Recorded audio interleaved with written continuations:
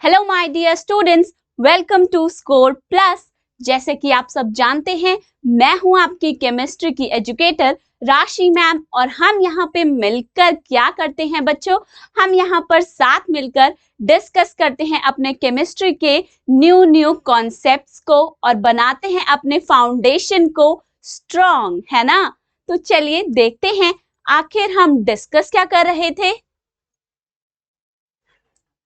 बच्चों, आप जानते हैं कि हम शुरू कर चुके हैं अपना चैप्टर नंबर 2। कौन सी क्लास का? क्लास 10th का भाई। और उसका टाइटल है एसिड्स, बेसिस एंड सॉल्ट्स। यानी कि हम इस चैप्टर के अंदर आखिर करेंगे क्या? तो हम पढ़ेंगे ऐसी चीजों के बारे में, यानी कि उन सब्सटेंसेस के बारे में जिन्हें हम बुलाते हैं क्या? जिन्हें हम बुलाते हैं एसिड्स, या फिर वो सब्सटेंसेस जिन्हें हम बुलाते हैं बेसिस एंड सॉल्ट्स। घर पे खाते हैं ना नमक, जिसे कहते हैं सॉल्ट, ले आओ मम्मी। तो ऐसे ही बहुत सारे सॉल्ट्स हैं जो हमारी केमिस्ट्री के अंदर मिलते हैं, तो हमें जानना है उन सभी सॉल्ट्स के बारे में भी।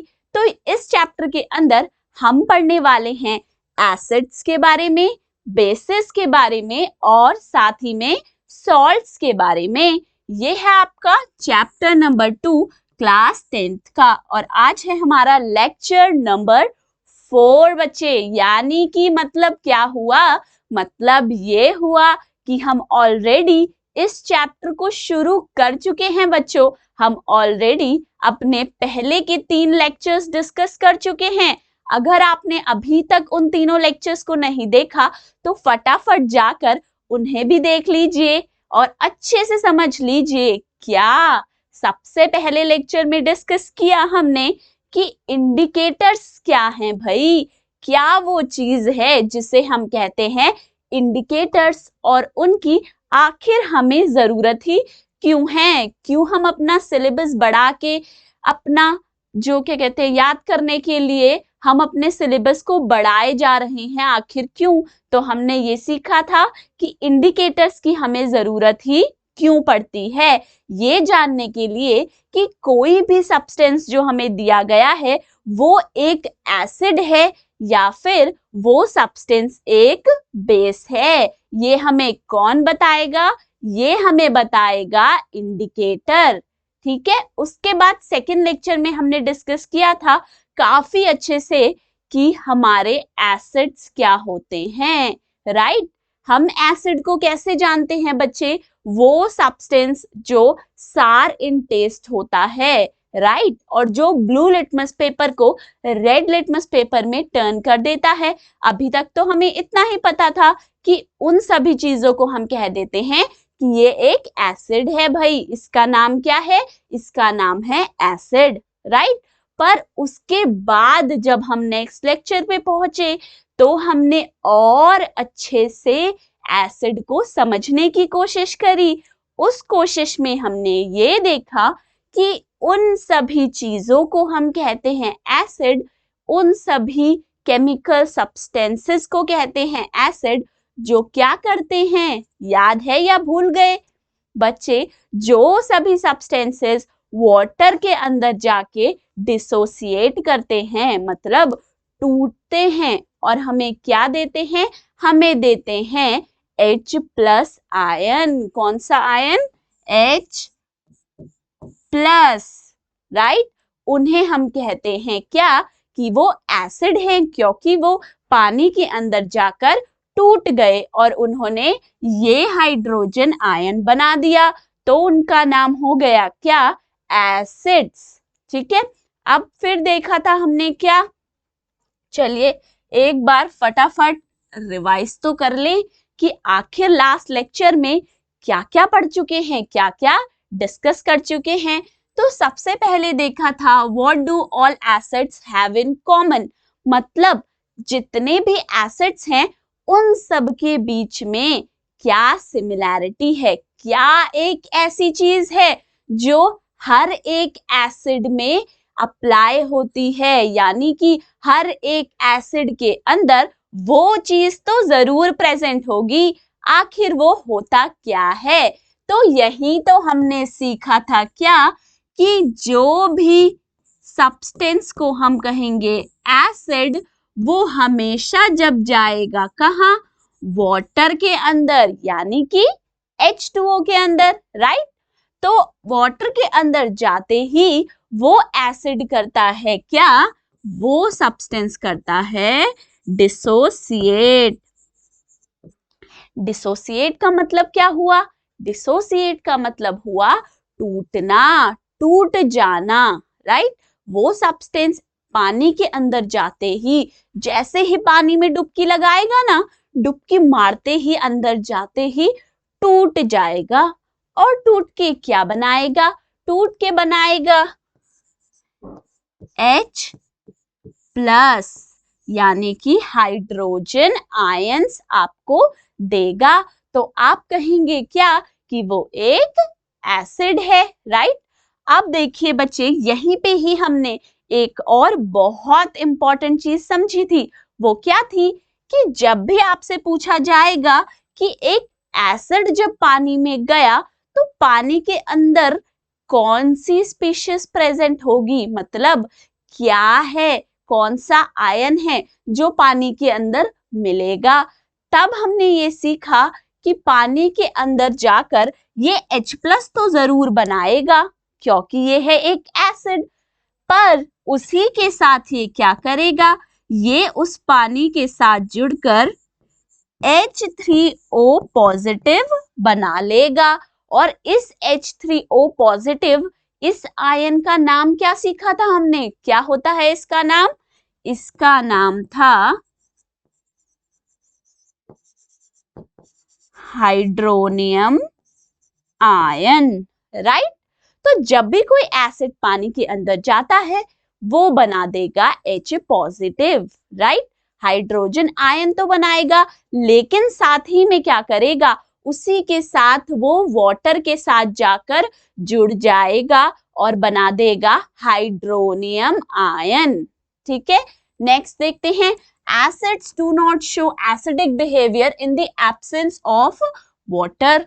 हमने क्या सीखा था? देखिए, हम, अगर आपको याद हो तो लास्ट लेक्चर में हमने सीखा था एक एक्टिविटी के थ्रू, जिसमें हमने क्या करा था बच्चे? HCl गैस बनाई थी, राइट। और उस HCl गैस को ना, हमने जो HCl गैस बनाई थी, इसको हमने कहाँ डाला था? ब्लू लिटमस पेपर के ऊपर। और क्या हुआ था? No change in colour, right. जब हमने इस HCl गैस को पास करा, यानी कि लिटमस पेपर के ऊपर डाला, तब क्या हुआ? कोई कलर चेंज नहीं हुआ मैम। ब्लू लिटमस पेपर था और ब्लू ही रहा, कोई कलर में चेंज नहीं आया। तब आपने ये बोला कि भाई HCl जो है ना, ये एसिड नहीं है, क्योंकि हम तो पढ़कर आए हैं क्या? हम तो मैम यही पढ़कर आए हैं, asset turn blue litmus paper two red colour. Acid होता अगर ये HCl, तो इसने क्या करना था? ब्लू लिटमस पेपर को फटाफट से रेड कर देना था, पर इसने ऐसा नहीं किया। यानी कि मैम हमें पता चल गया कि ये HCl जो है ना, ये एसिड नहीं है, राइट। यही कहेंगे आप। लेकिन बच्चे, हमने थ्रू आउट द लेक्चर बहुत इंपॉर्टेंट एग्जाम्पल ऑफ एसिड ऐसा बोल बोल के एक ही का एग्जाम्पल लिया था बार बारी। वो क्या था? वो था हाइड्रोक्लोरिक एसिड, राइट। अब आप कहेंगे कि मैम आप तो हमारे दिमाग में कंफ्यूजन क्रिएट कर रहे हो, हम तो फंस कर रह जाएंगे ऐसे कि इसको एसिड कहें या ना कहें। ये तो बड़ी ही परेशानी हो गई, बहुत दिक्कत आ गई, राइट। बच्चे, ऐसा क्यों हुआ ये सीखते हैं। क्योंकि आपने क्या पढ़ा? आपने पढ़ा एसिड जो है ना, वो कब एसिड है बच्चे? वो एसिड तब एसिड है जब वो वाटर के अंदर जाएगा। क्यों? क्या कर देगा वाटर के अंदर जाके? क्योंकि जब वो वाटर के अंदर गया तभी तो उसने ये H+ बनाया। बनाया या नहीं बनाया बताओ? बनाया, राइट? ठीक कह रही है मैम। जब ये एसिड पानी के अंदर, वाटर के अंदर जाएगा तभी तो डिसोसिएट होगा, मतलब टूटेगा, और टूट के क्या बनाएगा? H+, right? अब यहाँ क्या हो रहा है बच्चे, क्योंकि ये HCl गैस है, एक्वस नहीं है, मतलब यहाँ किसी तरीके का पानी नहीं था, तो इसी वजह से ये H+ नहीं बनाएगा और ब्लू लिटमस पेपर का कलर भी चेंज नहीं होगा। अगर आप क्या करोगे, जो ये ब्लू लिटमस पेपर है इसे मॉइस्ट कर दोगे, मतलब अब आप लो मॉइस्ट ब्लू लिटमस पेपर और फिर उस पे HCl गैस पास करो, तब क्या होगा? ब्लू टू रेड कलर हो जाएगा, राइट? तो यहां से हमने ये सीखा कि वाटर जो है ना उसकी प्रेजेंस बहुत ज्यादा जरूरी है। कब? अगर एसिडिक बिहेवियर दिखाना है तब। अगर जो ये एसिड है इसको अपना एसिडिक बिहेवियर दिखाना है तब क्या होना चाहिए? वाटर जरूर प्रेजेंट होना चाहिए। अगर पानी नहीं होगा तो ये क्या करेंगे? ये एसिड नहीं दिखाएंगे अपना एसिडिक बिहेवियर, साफ साफ इनकार कर देंगे, मना कर देंगे, कहेंगे पानी लाइए तभी तो हम टूटेंगे। अगर पानी ही नहीं दोगे तो हम कैसे डिसोसिएट होके प्रोटॉन बनाएंगे, हाइड्रोजन आयन बनाएंगे? ठीक है बच्चे, तो इसीलिए वाटर होना बहुत जरूरी है। फिर हमने सीखा था स्ट्रॉन्ग एसिड किसे कहते हैं और वीक एसिड किसे कहते हैं। इसके अंदर बच्चे देखिए, स्ट्रॉन्ग एसिड में आपको क्या याद रखना है? सबसे पहली चीज आपको क्या पता है? एसिड पानी के अंदर जाकर टूटता है, राइट? अब ये देखना है कि वो एसिड कितना टूटता है, राइट? अगर मैंने 100 एसिड के मॉलिक्यूल लिए, ऐसे HCl मैंने लिए एक्वस,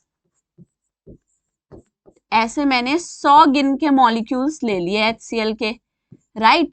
अब इस 100 में से कितने टूटे और कितने नहीं टूटे, ये चीज डिपेंड करेगी स्ट्रॉन्ग एसिड है या फिर वो एक वीक एसिड है। मानो ये 100 के 100 टूट गए और बन गए 100 H+ और 100 आपके Cl नेगेटिव, तब तो आप कहोगे कि ये एक स्ट्रॉन्ग एसिड है।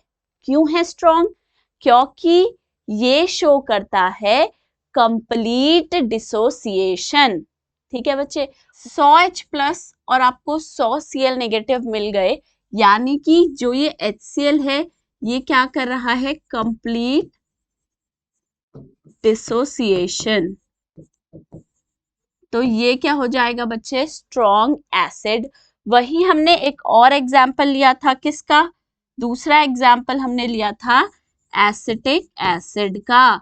अगर 100 एसिटिक एसिड के मॉलिक्यूल्स लेंगे तो इसमें से सिर्फ और सिर्फ 60 एसीटेट बनेंगे और 60 ही आपको H+ मिलेंगे। यानी कि जो एसिटिक एसिड है वो पूरी तरह नहीं टूटेगा, कंप्लीट डिसोसिएशन एसिटिक एसिड का नहीं होगा, राइट? तो इसीलिए ही आप क्या वर्ड याद कर सकते हो जब भी बात आती है स्ट्रॉन्ग एसिड की? तो स्ट्रॉन्ग एसिड किसे कहेंगे? वो एसिड जो क्या शो करे बच्चे? Complete dissociation. ठीक है, स्ट्रॉन्ग एसिड के साथ आपने किस वर्ड को याद रखना है? कंप्लीट डिसोसिएशन को। वो सभी एसिड जो क्या करेंगे?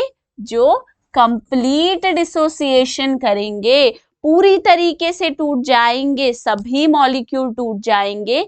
क्या बनाने के लिए? आपका हाइड्रोजन आयन H+ बनाने के लिए। तो उन सभी को आप कह दोगे स्ट्रॉन्ग एसिड है।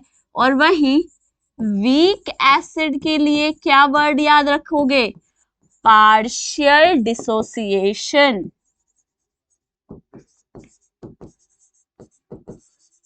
ठीक है, पार्शियल का मतलब क्या है?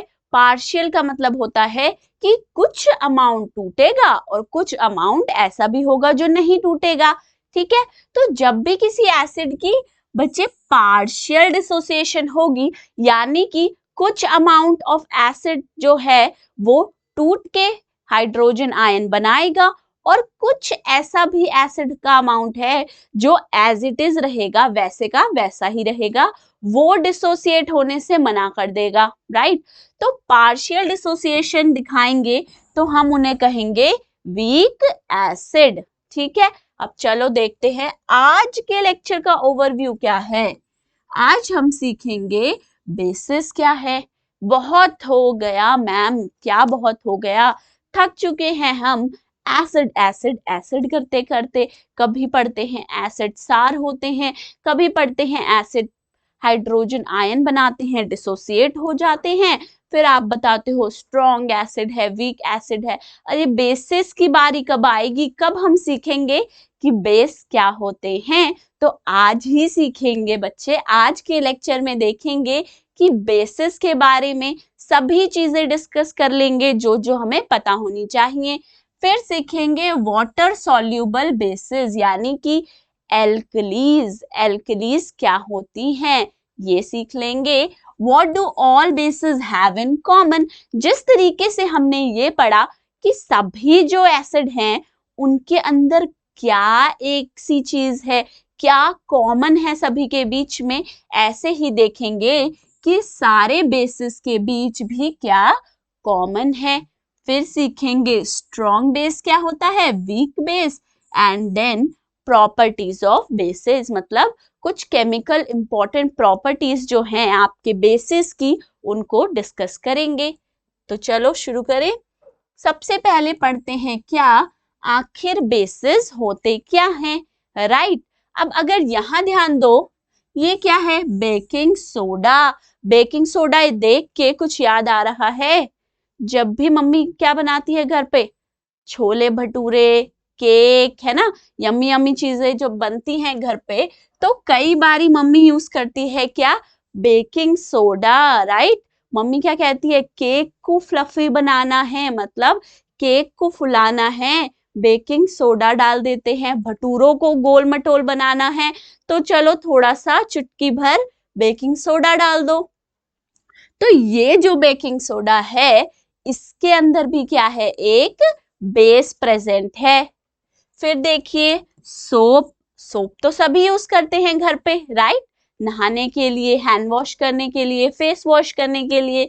तो जो ये सभी सोप है ना, साबुन है, उन सभी के अंदर भी क्या होता है, एक बेस प्रेजेंट होता है। आगे चल के पढ़ेंगे कि किस किस चीज में क्या क्या है। ठीक है, फिर उसके बाद देखिए अमोनिया। अमोनिया आपने शायद कम ही घर पे सुना होगा, लेकिन जो लोग फील्ड में काम करते हैं, फार्मर्स, वो जानते हैं कि जो फर्टिलाइजर्स यूज होते हैं, मतलब वो सब्सटेंस जो हम अपनी मिट्टी के अंदर डालते हैं ताकि हमारे जो पेड़ पौधे हैं वो अच्छे से ग्रो कर पाए, वो होता है अमोनिया। राइट, ये अमोनिया भी क्या है, एक बेस है। फिर देखिए बोरेक्स, यानी कि वॉशिंग पाउडर। वॉशिंग पाउडर घर पे यूज करते हैं कपड़े धोने के लिए, उसके अंदर भी क्या है, उसके अंदर भी एक बेस प्रेजेंट होता है। यानी कि इस पिक्चर को देख के आपको क्या समझ में आना चाहिए बच्चे, ये समझना चाहिए कि जो ये बेसेस है ना, ये हमारी लाइफ से जुड़े हुए हैं। हम रोज डेली अपनी लाइफ के अंदर कितनी सारी चीजें ऐसी यूज कर रहे हैं जिनके अंदर कोई ना कोई बेस प्रेजेंट है। राइट, तो इसीलिए ही तो ये जो केमिस्ट्री है वो हमारे लिए बहुत जरूरी है। क्या करते हैं हम हमेशा, जो भी चीजें हमारी डेली लाइफ से कनेक्टेड हैं वही तो पढ़ते हैं, उन्हीं के बारे में अच्छे से सीखते हैं। राइट, तो बेसिस क्या है, bases are those chemical substances which have a bitter taste. Right बच्चे, जैसे कि हमने क्या सीखा था, एसिड का होता है सार टेस्ट, राइट, खट्टे होते हैं वो। उसी तरीके से बेस का टेस्ट कैसा होता है, बिटर। यही सीखा है, पहले से ही पढ़ रखा है ये तो मैम हमने। कोई बात नहीं, थोड़ी देर रुकिए, अभी हम आगे और चीजें भी पढ़ने वाले हैं। All the bases change the color of red litmus to blue। मतलब जो हमारा रेड लिटमस है वो बेस की प्रेजेंस में चेंज हो जाता है, कौन से कलर में? ब्लू कलर में, राइट? आगे देखते हैं, bases are the chemical opposites of acid. मतलब एसिड के उल्टे होते हैं bases. A base is a chemical substance which can neutralize an acid। ये इंपॉर्टेंट है, न्यूट्रलाइज, इस वर्ड का क्या मतलब है? इसका मतलब है कि जो एसिड जो काम करता है उसका उल्टा बेस करता है। तो एसिड का जो इफेक्ट है उसको खत्म करने के लिए क्या करेंगे, वहां एक बेस डाल दो, तो एसिड बेस साथ में मिलके न्यूट्रलाइज हो जाएंगे। ठीक है, यहीं से ही ना एक अभी हम बाद में देखेंगे, पर मैं आपको नाम बता दूं, रिएक्शन होती है जिसे हम कहते हैं न्यूट्रलाइजेशन रिएक्शन। ये भी हमारे लिए क्या है, एक इंपॉर्टेंट रिएक्शन है कि न्यूट्रलाइजेशन रिएक्शन है क्या? जब एसिड बेस के साथ रिएक्ट करता है क्या बनाने के लिए, सॉल्ट और वाटर बनाने के लिए, तब हम कह देते हैं उस रिएक्शन का नाम है न्यूट्रलाइजेशन रिएक्शन। ये अभी हम देखेंगे केमिकल प्रॉपर्टीज के अंदर। ठीक है, चलो नेक्स्ट पे चलते हैं। वाटर सॉल्युबल बेसिस मतलब एल्कलीज। अब हमें क्या देखना है, एक वर्ड आता है एल्कलीज, तो हमें ये सीखना है कि इस वर्ड का मतलब क्या है। जब अगर हम कभी कभार क्या करते हैं बच्चे, बहुत सारी जगह पे बेस की जगह पे लिख देते हैं alkali, an alkali is present. उसका मतलब क्या हुआ? मतलब ये हुआ कि एल्कली भी जो है ना ये एक बेस ही होती है, पर कौन सी बेस होती है? अगर आप क्या करो, किसी भी बेस को वाटर के अंदर डालो, यानी कि H2O के अंदर डालो, अगर वो बेस जो है वो है सॉल्यूबल इन वाटर, ठीक है, इसका मतलब क्या हुआ, वो बेस जो पानी के अंदर गया और पानी के अंदर जाके क्या हो गया, सॉल्यूबल इन वाटर, पानी के अंदर घुल जाता है, डिसॉल्व हो जाता है, सॉल्यूबल हो जाता है, उसको हम क्या कहते हैं कि वो एक एल्कली है। क्या है वो? एक एल्कली है, राइट? यानी कि वो सभी बेसेस जो होंगे क्या, सॉल्यूबल इन वाटर, उनका नाम है alkali. A base which is soluble in water is called an alkali। वो बेस जो पानी के अंदर soluble होगा उसका नाम है alkali। Some of the common water soluble bases are, ये बता रही हैं क्या कि कुछ ऐसे बेसिस के नाम हमें दिए हैं जो क्या हैं, वाटर सॉल्यूबल हैं, तो उनका नाम क्या है, एल्कली है। कौन से हैं बच्चे? सोडियम हाइड्रोक्साइड यानी कि NaOH, potassium hydroxide KOH, calcium hydroxide CaOH whole twice. इस पे ध्यान देना, कई बच्चे जो है ना कैल्शियम हाइड्रोक्साइड का फॉर्मूला गलत कर देते हैं, कई बारी क्या लिख देते हैं, CaOH। वो ये ध्यान नहीं देते क्या कि जो ये कैल्शियम है ये +2 होता है, तो इसके साथ 2 हाइड्रोक्साइड आएंगे तो फॉर्मूला बनेगा CaOH होल ट्वाइस। ठीक है, ध्यान रखना है इन चीजों को। Ammonium hydroxide NH4OH and magnesium hydroxide MgOH whole twice. ठीक है, ये सभी क्या है, ये सभी हैं वाटर सॉल्युबल बेसिस, मतलब ये सभी हैं एल्कली।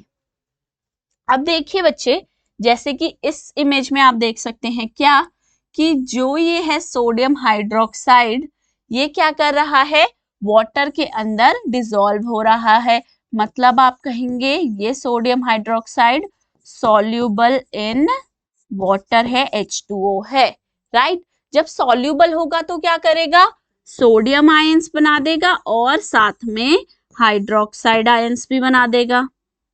ओके, ऐसा है। अब देखो यहाँ पे एक और चीज सीखते हैं। देखिए यहाँ पे ना एक और चीज ध्यान देने वाली है, वो क्या, कि जब आप लिखते हो ये, जैसे मैंने लिखा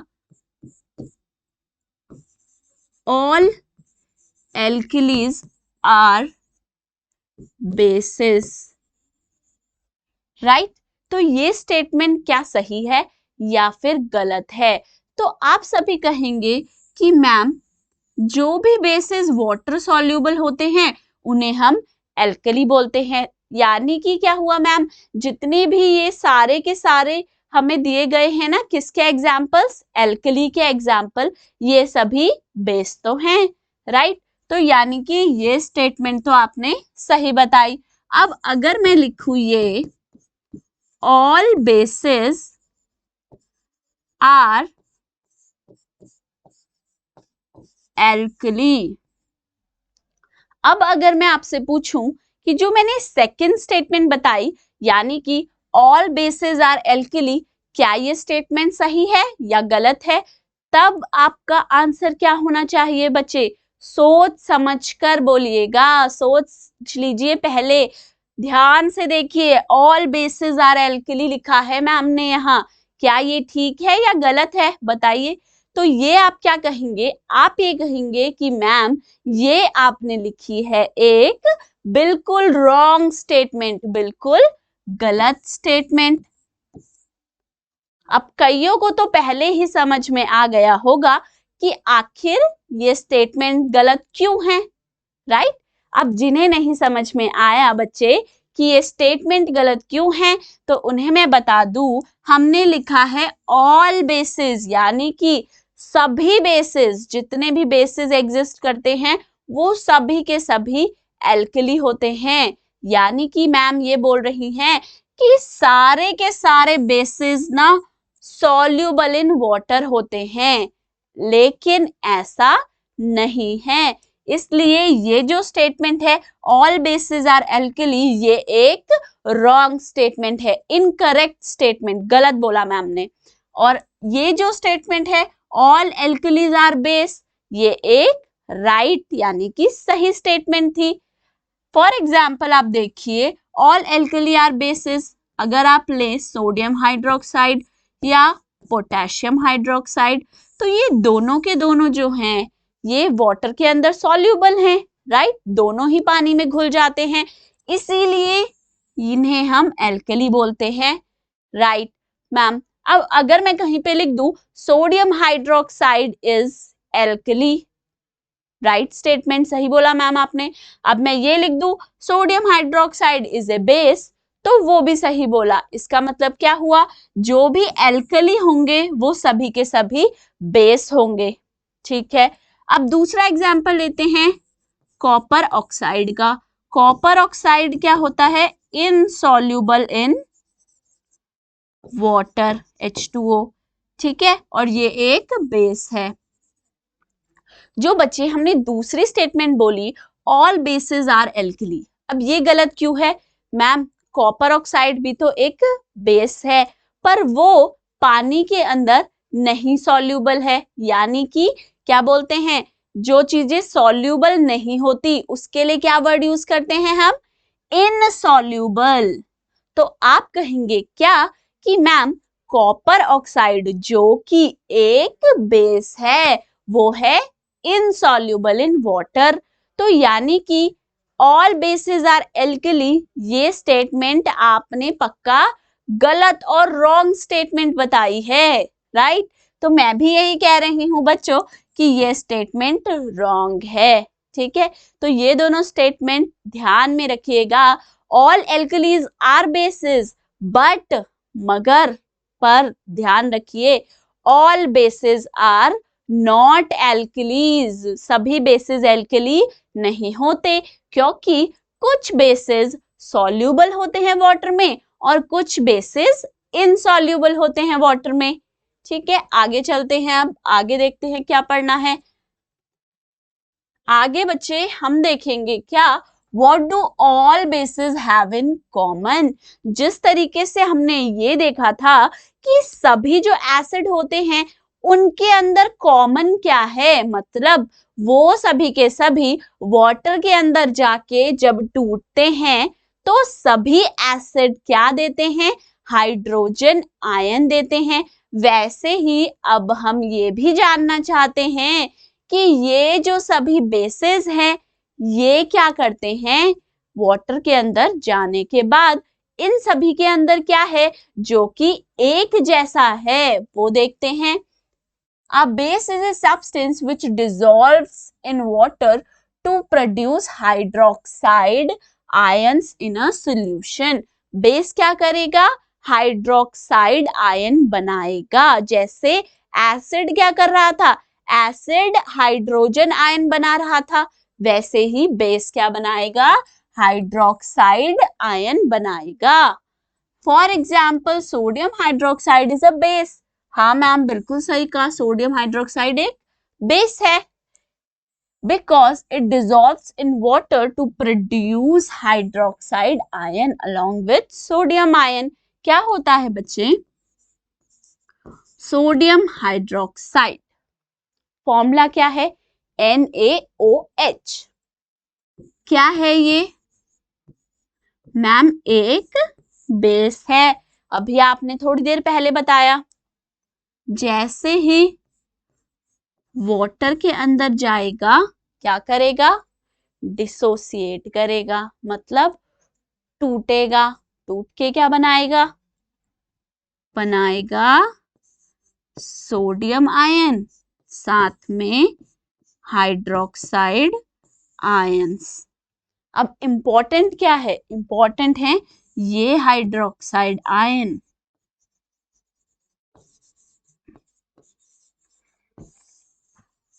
क्यों इंपॉर्टेंट है ये हाइड्रोक्साइड, क्योंकि हम जो है अपने बेस को कैसे डिफाइन कर रहे हैं कि वो सभी सब्सटेंसेस जो पानी के अंदर घुलने के बाद हाइड्रोक्साइड आयन बनाएंगे, ये OH नेगेटिव बनाएंगे, उन सभी को क्या कहेंगे कि वो सभी हैं बेस। ठीक है, यहाँ रिएक्शन देखिए, सोडियम हाइड्रोक्साइड एक बेस, साथ ही में क्या, एल्कली, क्योंकि सोडियम हाइड्रोक्साइड क्या करता है, सॉल्यूबल है वाटर में, तो इसीलिए बेस बोल लो या फिर मैम एल्कली भी बोल लो, सब सही। वाटर में जाते ही क्या करेगा, सोडियम आयन बनाएगा और हाइड्रोक्साइड आयन बनाएगा। क्योंकि सोडियम हाइड्रोक्साइड जो है वो पानी के अंदर जब गया उसके बाद क्या कर रहा है, हाइड्रोक्साइड आयंस बना रहा है, ये आयन बना रहा है OH नेगेटिव, इसलिए उसे हम क्या कहते हैं कि सोडियम हाइड्रोक्साइड एक बेस है। ठीक है, यहाँ देखिए जब ये सोडियम हाइड्रोक्साइड था, ये जैसे ही बच्चे कहाँ गया, ये जो पर्पल है ये है आपका सोडियम, ये है आपका ऑक्सीजन और ये है हाइड्रोजन। तो जैसे ही ये सोडियम हाइड्रोक्साइड वाटर के अंदर जाएगा, सोडियम आयंस बना लेगा और हाइड्रोक्साइड आयंस बना लेगा, टूट जाएगा पानी में जाने के बाद और सोडियम और हाइड्रोक्साइड आयंस बनाएगा। सोडियम हाइड्रोक्साइड वाटर के अंदर जाते ही सोडियम आयंस देगा और साथ ही में हाइड्रोक्साइड आयंस भी देगा। क्योंकि ये हाइड्रोक्साइड आयंस देता है पानी में डिसॉल्व होने के बाद, इसीलिए कहते हैं सोडियम हाइड्रोक्साइड एक बेस है। राइट, अब देखिए sodium hydroxide solution shows basic behavior due to the presence of hydroxide ions. Base क्यों है, क्योंकि हाइड्रोक्साइड आयंस बना रहा है, इसलिए बेस है। A common property of all the bases or alkali is that they all produce hydroxide ions when dissolved in water. उसी statement को दोबारा बता रहा है कि सभी बेसिस के बीच में क्या कॉमन है। आखिर आपको तो यही देखना था कि सभी के अंदर क्या कॉमन है। तो क्या आपका कंक्लूजन निकल कर आया? ये कंक्लूजन निकल कर आया कि जितने भी बेसिस हैं वो सभी के सभी वाटर में जाने के बाद हमें हाइड्रोक्साइड आयंस देते हैं, राइट। अब देखिए क्या नेक्स्ट एक चीज और देख लीजिए यहीं पे ही, जिस तरीके से आपने बोला सोडियम हाइड्रोक्साइड एक बेस है। क्यों है बेस? क्योंकि मैम वाटर के अंदर जाके ना सोडियम आयन भी देता है और हाइड्रोक्साइड आयंस भी देता है। बिल्कुल सही बेटा, बिल्कुल करेक्ट बताया आपने, क्योंकि मैंने आपको यही समझाया। चलते हैं नेक्स्ट क्या पढ़ेंगे, स्ट्रॉन्ग एंड वीक बेसिस। मतलब जिस तरीके से हमने देखा स्ट्रॉन्ग एसिड होते हैं और कुछ एसिड वीक एसिड होते हैं, ऐसे ही हमें एक और चीज सीखनी है कि आखिर स्ट्रॉन्ग बेस क्या है और वीक बेस क्या है। देखिए बच्चे, अगर सिर्फ नाम से देखें तो स्ट्रॉन्ग है, ठीक है, स्ट्रॉन्ग है, इसका मतलब क्या लेना है आपने।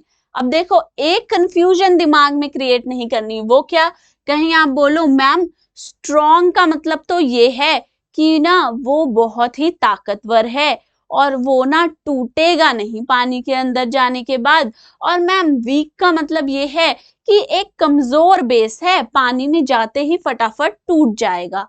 वो हो जाएगा बिल्कुल गलत, बिल्कुल रॉन्ग बच्चे, ऐसा नहीं होता। हमारे लिए स्ट्रॉन्ग का मतलब क्या है, मतलब स्ट्रॉन्ग बेस का मतलब क्या है, वो बेस जो जब पानी के अंदर जाए तो सारा का सारा ही टूट जाए, यानी कि क्या शो करे हमें, कंप्लीट डिसोसिएशन, पूरे तरीके से टूट जाए, उसे हम कहेंगे क्या कि ये तो भाई स्ट्रॉन्ग बेस है, पूरा टूट गया, राइट। जब पूरा टूटता है तो क्या बनाता है, high amount of OH negative, यानी कि जो बेस पूरा का पूरा टूट जाएगा पानी में जाने के बाद वो हाइड्रोक्साइड आयंस ज्यादा बनाएगा। साफ है, ऑब्वियस है। अगर मैंने यहाँ पे एक बेस लिया था और इस बेस ने जाकर पूरा डिसोसिएट कर दिया, राइट बच्चे, पूरा का पूरा ही टूट गया, तो यानी कि देखिए अगर ये हाइड्रोक्साइड है तो इसने ज्यादा हाइड्रोक्साइड आयंस बना दिए ना, राइट। तो हमारे लिए स्ट्रॉन्ग जो है ना, ये वर्ड कनेक्टेड है हाइड्रोक्साइड आयंस बनाने की कैपेबिलिटी पे। स्ट्रॉन्ग वो है जो ज्यादा हाइड्रोक्साइड आयंस बना रहा है। अब ऐसा कौन कर पाएगा, ऐसा सिर्फ और सिर्फ वही कर पाएंगे जो वाटर में जाने के बाद कंप्लीट डिसोसिएशन देंगे, यानी कि पूरी तरीके से टूट जाएंगे। अगर 100 मॉलिक्यूल आप बेस के पानी में डालो तो आपके पास 100 हाइड्रोक्साइड आयंस आने चाहिए बच्चे, तो वो क्या हो जाएगा, एक स्ट्रॉन्ग बेस बन जाएगा। वहीं दूसरी तरफ वीक की बात करें तो वीक के केस में होगी पार्शियल डिसोसिएशन। मतलब ये कि जो आप बेस के मॉलिक्यूल्स डाल रहे हो कुछ तो टूटते हैं और कुछ नहीं भी टूटते, ठीक है। ये यहाँ पे देखिए कुछ जो है ऐसे नहीं, एक कुछ मॉलिक्यूल्स जो है वो टूटेंगे भी, वो अलग अलग हो जाएंगे, ठीक है। तो कुछ जो है मॉलिक्यूल्स बेस के वो टूट जाएंगे, डिसोसिएट होके क्या बनाएंगे, OH बनाएंगे। लेकिन यहाँ पे less amount of OH negative बनेगा, यानी कि जो हाइड्रोक्साइड आयंस बन रहे हैं वो कम बनेंगे। कब कम बनेंगे? जब वीक बेस होगा। और कब ज्यादा बनेंगे? जब स्ट्रॉन्ग बेस होगा। ऐसा क्यों? क्योंकि स्ट्रॉन्ग बेस तो सारा का सारा टूट जाएगा पानी में जाने के बाद, लेकिन वीक बेस जो है वो पार्शियली डिसोसिएट करता है। कुछ डिसोसिएट होगा और कुछ नहीं होगा, इसीलिए वहां पे less amount of hydroxide ions बनेंगे। अच्छे से समझते हैं, आइए डेफिनेशन के साथ। स्ट्रॉन्ग बेस क्या है? A base which completely ionize. देखो अभी ही मैंने थोड़ी देर पहले क्या बताया था? The base which completely dissociate. Dissociate, ionize, दोनों का मतलब क्या है बच्चे? एक जैसा है, राइट? डिसोसिएट जब होगा यानी कि बेस जब टूटेगा तो टूटने के बाद क्या बनाएगा? आयंस बनाएगा, राइट? तो अगर ये एक एग्जांपल ले लो, BOH, ये ना एक बेस है। ये जैसे ही पानी के अंदर गया तो ये टूट गया, यानी कि डिसोसिएट हुआ, B पॉजिटिव बन गया और साथ में OH नेगेटिव भी बन गया। अब ये हाइड्रोक्साइड आयंस जो बन रहे हैं ये कंप्लीट डिसोसिएशन से अगर बनेंगे, कंप्लीट डिसोसिएशन, तो ये क्या होगा? एक स्ट्रॉन्ग बेस होगा। कंप्लीटली आयोनाइज हो रहा है, पूरे क्या पूरा ही पानी में जाने के बाद टूट रहा है आयंस बनाने के लिए। ये आयंस बने ना, B positive OH negative, ions बने cation with anion in water and thus produces large amount of hydroxide ion is called a strong base। अभी इससे जस्ट पहले ही क्या बताया मैंने कि strong का मतलब हमारे लिए क्या है? यहाँ पर strong का मतलब हमारे लिए निकल कर आता है जो ज्यादा हाइड्रोक्साइड दे रहा है। उसको देखो क्या लिखा है? thus produce large amount of hydroxide ions, यानी कि हाइड्रोक्साइड आयंस जो हैं वो हाई अमाउंट में बन रहे हैं। उन सभी को कहते हैं स्ट्रॉन्ग बेस और स्ट्रॉन्ग एल्कली। अब देखो एल्कली कब कहोगे? अगर वो सॉल्यूबल इन वाटर है तब। Sodium hydroxide and potassium hydroxide are strong bases और स्ट्रॉन्ग एल्कली। सोडियम हाइड्रोक्साइड क्या है हमारा? NaOH, और पोटेशियम हाइड्रोक्साइड का फॉर्मूला क्या है? KOH। ये जो दोनों बेसिस हैं ये कैसे बेसिस हैं? स्ट्रॉन्ग बेसिस हैं। स्ट्रॉन्ग बेस का मतलब क्या? स्ट्रॉन्ग बेस का मतलब ये कि पूरे के पूरे डिसोसिएट हो जाते हैं वाटर में जाने के बाद। ठीक है बच्चे, अगर मान लो 100 मॉलिक्यूल्स NaOH लिया तो 100 सोडियम आयंस और 100 ही हाइड्रोक्साइड आयंस बन जाएंगे, पानी के अंदर जाते ही टूट जाएगा। ठीक है, इसीलिए क्या कहोगे? क्या है सोडियम हाइड्रोक्साइड? एक स्ट्रॉन्ग बेस है, पूरा का पूरा डिसोसिएट होता है, कंप्लीटली आयोनाइज होता है। ठीक है, इसीलिए ये एक स्ट्रॉन्ग बेस है। आगे चलते हैं नेक्स्ट पे। नेक्स्ट देखना है वीक बेसिस क्या है। अभी थोड़ी देर पहले बताया जो कंप्लीटली डिसोसिएट नहीं होंगे। कितने डिसोसिएट होते हैं? पार्शियली डिसोसिएट होते हैं, थोड़ा बहुत टूटेंगे, वो हो जाएंगे weak bases. A base which is partially ionized, देखो लिखा है ना, पार्शियली आयोनाइज्ड होना चाहिए, पूरा नहीं टूटना चाहिए। इन वाटर, देखो ये भी इंपॉर्टेंट ध्यान रखने वाली बात है बच्चे, ये नहीं कि आप जनरली लिख दो भाई जो कंप्लीटली डिसोसिएट हो रहा है ना वो मैम स्ट्रॉन्ग एसिड है, जो पार्शियली डिसोसिएट होता है ना मैम वो स्ट्रॉन्ग बेस है। पर कहाँ जाने के बाद डिसोसिएशन होती है? सिर्फ और सिर्फ वाटर में जाने के बाद होती है। तो इन वाटर जो है ना, इस वर्ड की भी अपनी इंपॉर्टेंस है बच्चा। इन वाटर कहाँ डिसोसिएशन हो रही है, कहाँ आयोनाइजेशन हो रही है, पानी में जाने के बाद।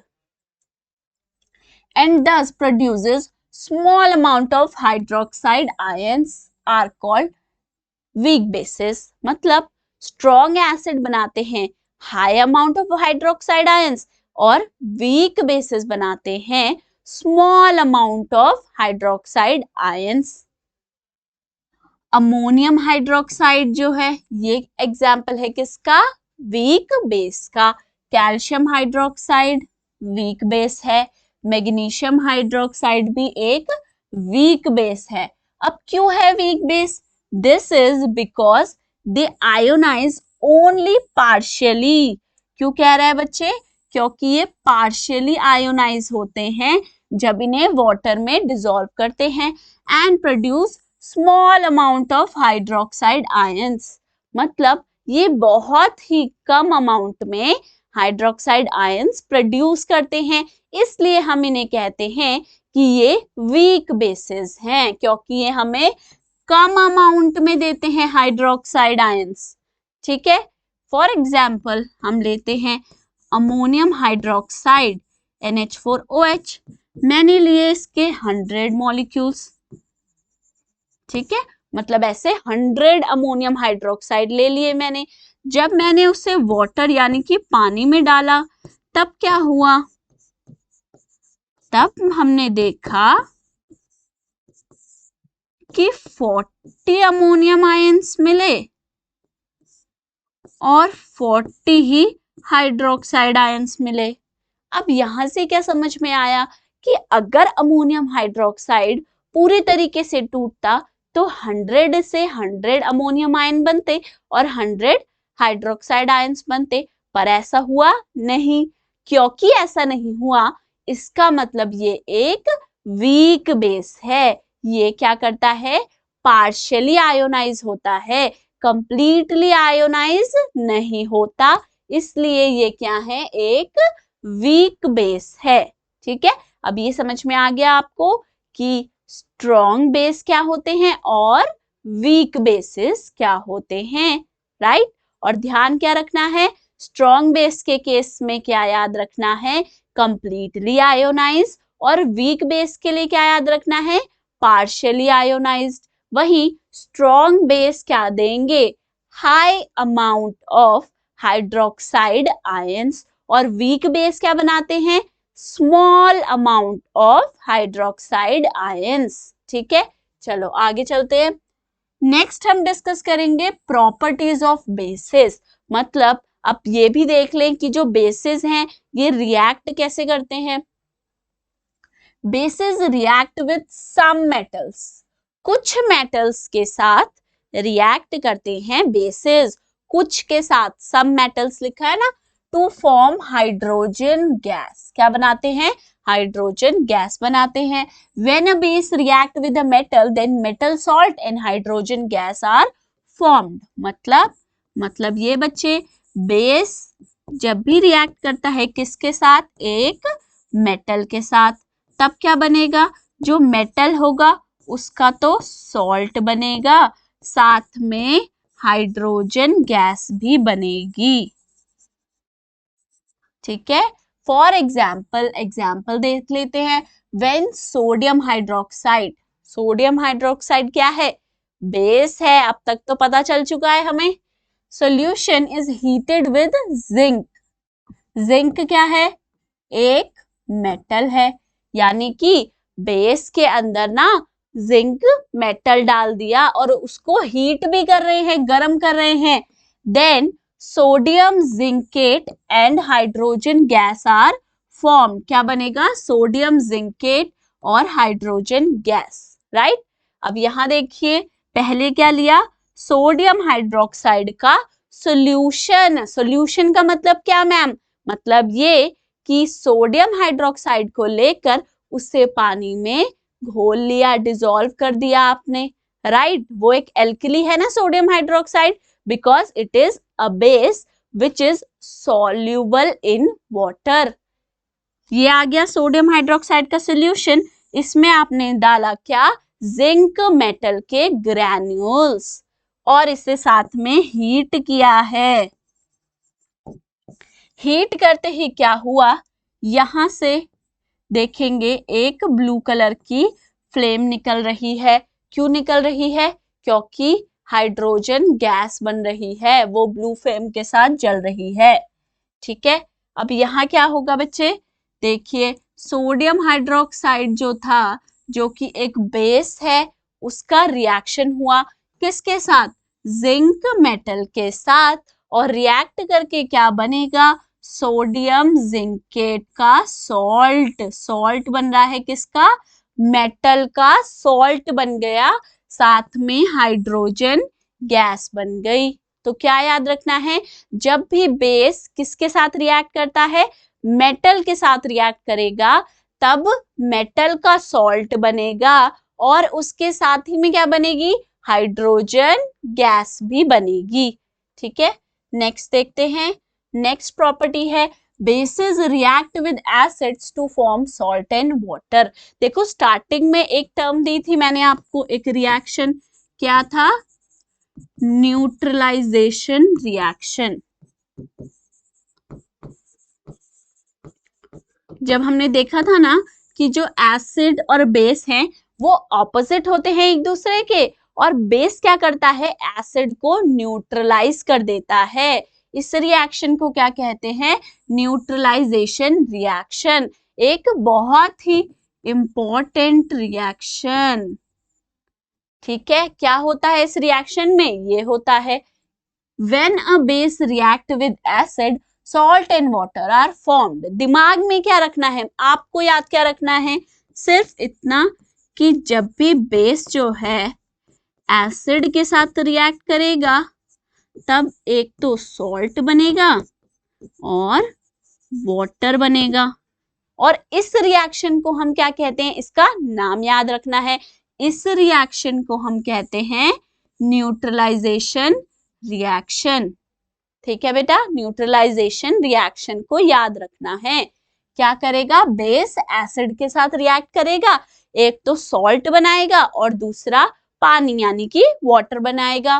For example when sodium hydroxide, sodium hydroxide क्या है, बेस है, रिएक्ट विद सल्फ्यूरिक एसिड, इसने तो नाम ही बता दिया, सल्फ्यूरिक एसिड, एसिड के साथ रिएक्ट करा तो सोडियम सल्फेट का सॉल्ट और वाटर बन गया। रिएक्शन देख लीजिए, सोडियम हाइड्रोक्साइड H2SO4 के साथ यानी कि सल्फ्यूरिक एसिड के साथ रिएक्ट करता है तो सोडियम सल्फेट का सॉल्ट और वाटर बनता है।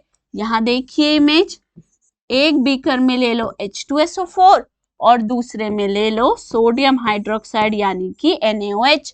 जैसे ही दोनों को मिक्स करोगे यानी कि आपस में मिलाओगे, क्या बन जाएगा, एक सॉल्ट बनेगा और साथ में वाटर बनेगा। सॉल्ट क्या बना, सोडियम सल्फेट का सॉल्ट और उसके साथ में वाटर बन गया। ठीक है, इस रिएक्शन को क्या कहेंगे, न्यूट्रलाइजेशन रिएक्शन हुई है, एसिड ने बेस को न्यूट्रलाइज कर दिया। ठीक है, न्यूट्रलाइजेशन रिएक्शन नाम याद रखना है। Base react with non metal oxide, acid के केस में क्या था, acid react with metal oxide, but in case of bases they react with non-metal oxide to form salt and water। salt और water बनाएंगे, base react with non-metal oxide to form salt and water। क्या reaction, इसमें जाके salt और water बना देगा। Example देखिए, calcium hydroxide, क्या है कैल्शियम हाइड्रोक्साइड, एक बेस है, is a base, and carbon dioxide क्या है, कार्बन डाइऑक्साइड एक नॉन मेटल का ऑक्साइड है, is a non metal oxide. अब जब ये दोनों रिएक्ट करेंगे, मतलब आपने डाला कैल्शियम हाइड्रोक्साइड सॉल्यूशन के अंदर कार्बन डाइऑक्साइड गैस को पास कर दिया, तब क्या होगा, calcium hydroxide solution react with carbon dioxide to produce calcium carbonate बनेगा, यानी कि सॉल्ट बनेगा और वाटर बनेगा। ठीक है, रिएक्शन देखते हैं। कैल्शियम हाइड्रोक्साइड जो कि क्या है, एक बेस है, उसने जब CO2 कार्बन डाइऑक्साइड के साथ रिएक्ट करा जो कि नॉन मेटल ऑक्साइड है, तब क्या बना, कैल्शियम कार्बोनेट और वाटर। ठीक है, अब देखिए बच्चे एक और चीज हमने ही देखा, बेस जब भी एसिड के साथ रिएक्ट करता है तब सॉल्ट और वाटर बनाता है, राइट। अब ये बेस नॉन मेटल ऑक्साइड के साथ रिएक्ट करके भी क्या बना रहा है, सॉल्ट और वाटर बना रहा है। इसका मतलब ये कि जो ये नॉन मेटल ऑक्साइड्स होते हैं ये कैसे होते हैं, एसिडिक इन नेचर होते हैं, तभी तो बेस के साथ रिएक्ट करके सॉल्ट और वाटर बना रहा है, कैल्शियम कार्बोनेट और वाटर दे रहा है। ठीक है, अब ये देखिए यहां लिया हमने क्या, कैल्शियम हाइड्रोक्साइड जो कि एक बेस है, और इसके अंदर पास कराई क्या, CO2 गैस इसके अंदर पास कराई। देखो बबलिंग हो रही है, यहां से हम गैस पास कर रहे हैं, और जैसे जैसे गैस पास होती जा रही है, ये जो कैल्शियम हाइड्रोक्साइड था जो कैसा था, क्लियर सॉल्यूशन था, एकदम पानी की तरह क्लियर दिख रहा था, ये देखो उसका कैसा हो जाता है colour, it will turn milky. क्या टर्म यूज करते हैं, इट विल टर्न मिल्की। अब ये मिल्की क्यों हो जाता है, इस सॉल्ट के बनने की वजह से। जो कैल्शियम कार्बोनेट बन रहा है, जब कैल्शियम हाइड्रोक्साइड में CO2 पास करी, कैल्शियम कार्बोनेट बना। ये कैल्शियम कार्बोनेट होता है एक वाइट PPT बनाता है, यानी कि व्हाइट कलर का एक प्रेसिपिटेट होता है। इसी वजह से सॉल्यूशन क्या होता है, मिल्की हो जाता है, मिल्की इन कलर, जैसे मिल्क होता है ना आपका, उसी तरीके से ये सॉल्यूशन भी कैसा हो जाता है, it will turn milky. The solution of calcium hydroxide will turn milky on passing CO2। जब कैल्शियम हाइड्रोक्साइड में CO2 पास करेंगे तब सॉल्यूशन मिल्की टर्न हो जाएगा, क्योंकि रिएक्शन हो गई है बेस की नॉन मेटल ऑक्साइड के साथ, और बनने वाला सॉल्ट जो है वो एज अ वाइट प्रेसिपिटेट बन रहा है, जो सॉल्यूशन को मिल्की टर्न कर देता है। ओके, तो ये क्या थी, ये हमने देखी केमिकल प्रॉपर्टीज ऑफ बेसिस। तो आज हमने सीखा क्या बच्चे, कि बेसिस क्या होते हैं। सभी बेसिस के अंदर क्या कॉमन है, हाइड्रोक्साइड आयन कॉमन है। स्ट्रॉन्ग बेस क्या है, वो जो कंप्लीटली डिसोसिएट होते हैं और हाई अमाउंट में हाइड्रोक्साइड आयंस बना देते हैं। वीक बेसिस कौन से होते हैं, वो बेसिस जो पार्शियली डिसोसिएट या आयोनाइज होंगे और स्मॉल अमाउंट में हाइड्रोक्साइड बनाएंगे। उसके बाद देखिए क्या, न्यूट्रलाइजेशन रिएक्शन क्या होती है, एसिड जब बेस के साथ रिएक्ट करेगा और बनाएगा सॉल्ट प्लस वाटर, राइट। इसी तरीके से और भी केमिकल प्रॉपर्टीज ऑफ बेसिस देखी। तो आज के लेक्चर में सिर्फ इतना ही। आने वाले लेक्चर में हम आगे और भी काफी सारी चीजें डिस्कस करेंगे, सॉल्ट्स के बारे में भी पढ़ेंगे। अगर आपको हमारे किसी भी लेक्चर के नोट्स चाहिए तो आप स्कोर प्लस की ऐप पे जाकर वहां से PDF फॉर्मेट में हमारे नोट्स डाउनलोड कर सकते हो।